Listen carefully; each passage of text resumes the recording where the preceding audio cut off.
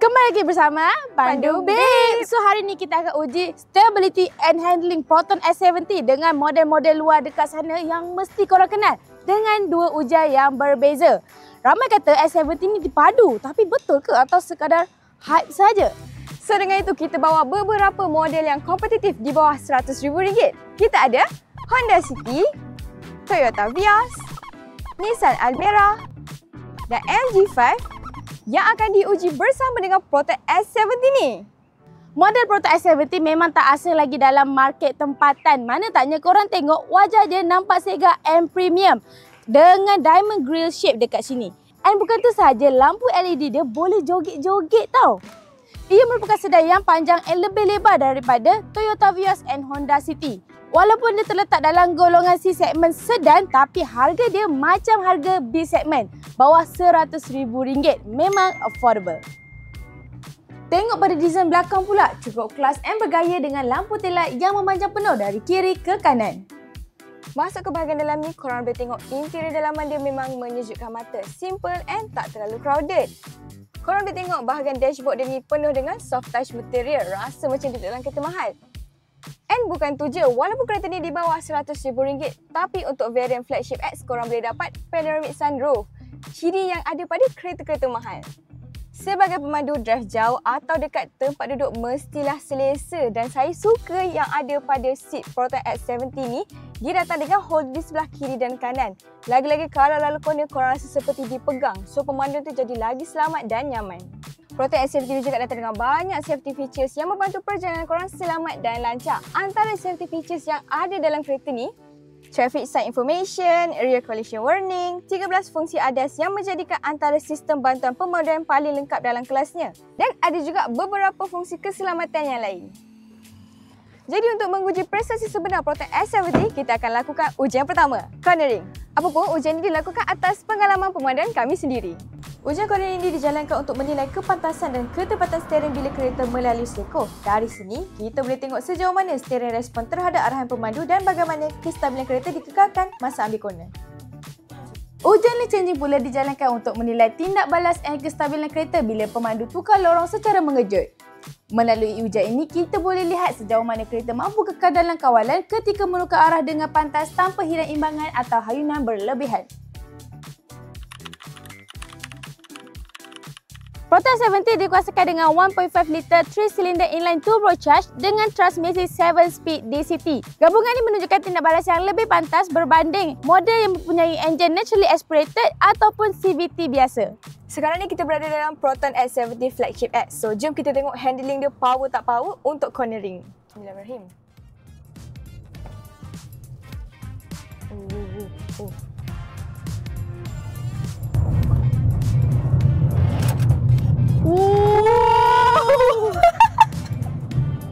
Wow. Okay. Handling dia kuat nice jugalah. Kita orang guna dalam speed 50 macam tu. And wow. Impressive. Meremang weh. Kami juga buat test cornering dengan secawan air. Air dalam cawan ni hampir tak berkocak pun waktu cornering. Bukan tu je, masa lalu bonggol pun masih steady. Macam inilah kestabilan yang kita nak. Kita dah habis buat challenge untuk cornering and next is emergency lane changing. Cuma sekarang kalau korang tengok tengah hujan, tapi kita tetap akan teruskan perjalanan kita. So jom, let's go. Walaupun tengah hujan, memandu Proton S70 ketika ujian emergency lane changing ni masih terbaik. Apa lagi? Jom kita mula.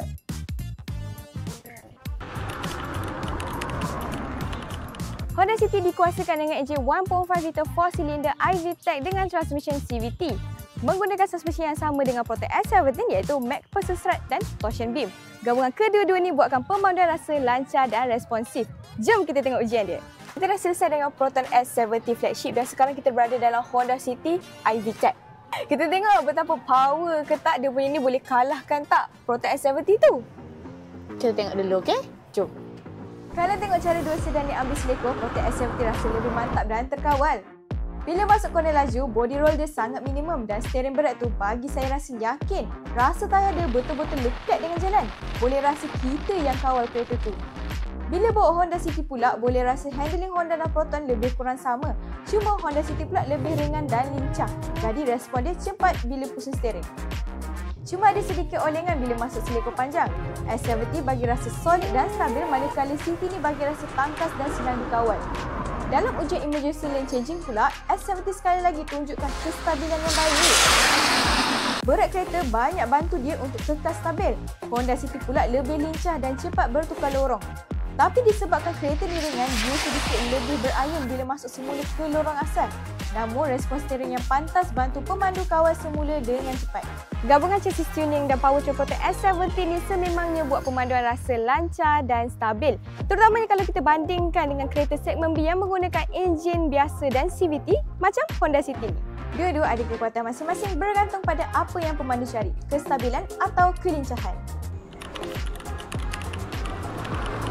Toyota Vios dikuasakan dengan 1.5 liter 4-cylinder dengan sistem dual VVTi. Digandingkan juga dengan transmisi 7-speed with sequential shiftmatic. Suspensi juga sama dengan Proton S70 iaitu menggunakan McPherson strut dan juga torsion beam.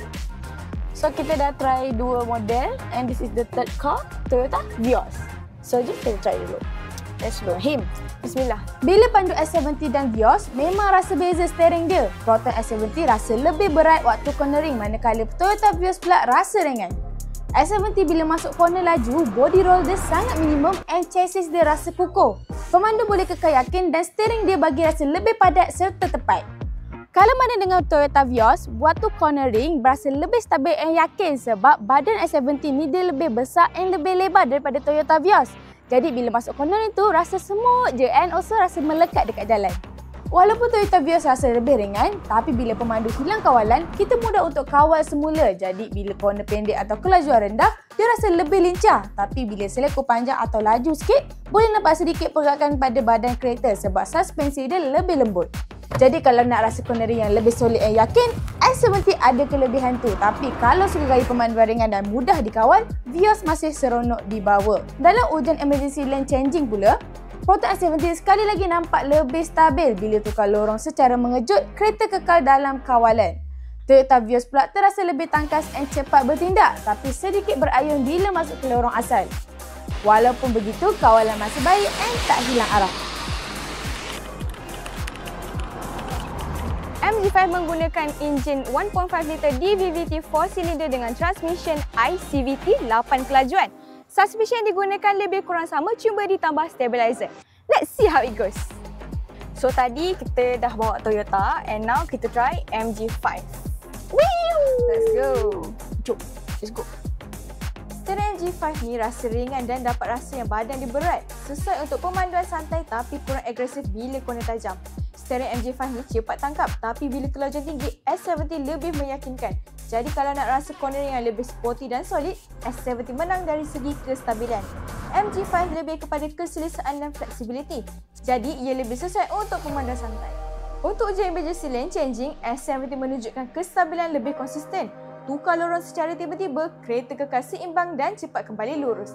Grip dia lebih terasa. MG5 pula rasa lebih ringan bila berpindah lorong. Tangkas tapi ada sedikit hayunan badan bila masuk semula ke lorong asal. Secara keseluruhan, Proton S70 lebih fokus kepada kestabilan dan kawalan di jalan lurus atau berkelajuan tinggi. Sementara MG5 lebih lembut dan mudah dikendalikan dalam situasi harian. Satu bagi rasa confidence, satu lagi bagi keselesaan. Nissan Almera juga dikuasakan dengan 1.0 liter 3-cylinder turbo dengan transmisi Xtronic CVT yang menampilkan D-Step Logic with Sport Mode. Suspensionnya pun lebih kurang sama dengan model sebelumnya iaitu MG5.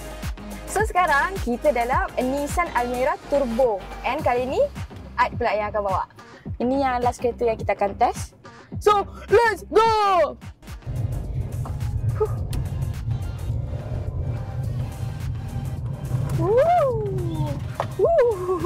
Okay.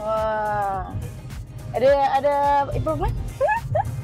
Dalam ujian cornering, Proton S70 tunjuk kekuatan dia dari segi kestabilan dan keyakinan masa selekoh laju. Chassis dia rasa kukuh, tayar mencengkam kuat dan rasa terkawal. Bila banding handling, kita rasa lebih kurang sama dengan Proton S70 dan Honda. Kami yang dekat dalam pun rasa stabil.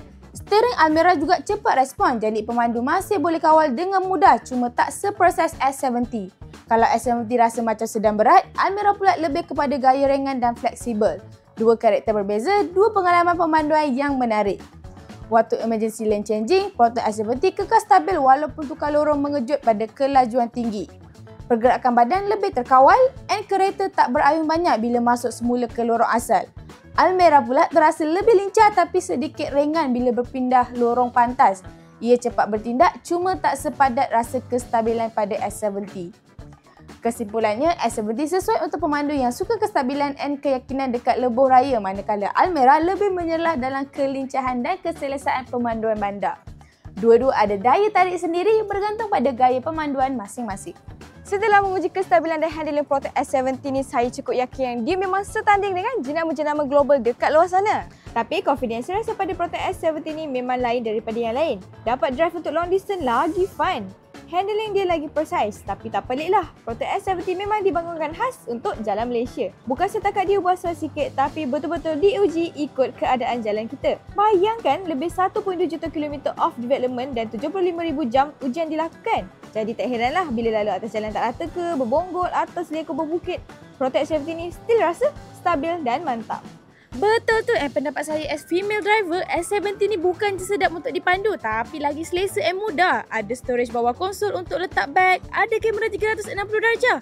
Memang senang nak anggar ruang bila park atau masuk celah sempit. Dengan harga bawah RM100,000, prestasi reka bentuk Proton S70 ni memang melebihi jangkaan kami. Sporty and bergaya untuk kegunaan harian korang.